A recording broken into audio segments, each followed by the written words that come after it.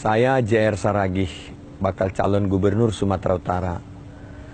Yang pertama, saya ingin menyampaikan di mana kami baru-baru ini menerima putusan PT Tun.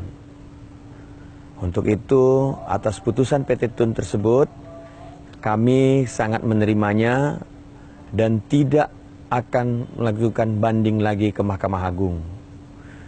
Karena kami berpikir agar Sumatera Utara bisa menjadi kondusif, tidak banyak masyarakat yang dirugikan.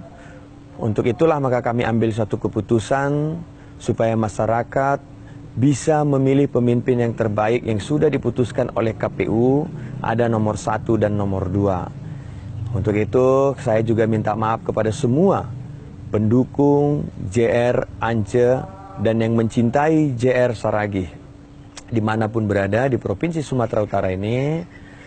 Mari kita satukan hati kita, tidak menjadi golput, dan kita akan memilih pemimpin kita yang terbaik untuk menuju Sumatera Utara yang lebih baik lagi ke depan. Sekali lagi, saya minta maaf kepada pencinta dan relawan-relawan JR dimanapun berada. Mari kita satukan hati kita, dan nanti kita akan bertemu, kita akan berkomunikasi di dalam 1-2 hari ini, agar kita memutuskan kemana arah suara kita, khususnya pencinta JR, bukan melalui partai saya bicara, tapi melalui relawan-relawan JR Ance yang sudah terbentuk sejak 1 tahun yang lalu.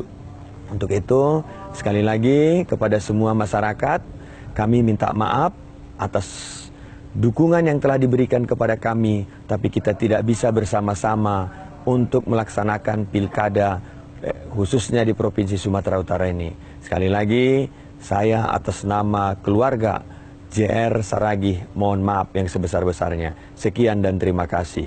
Horas, horas, horas.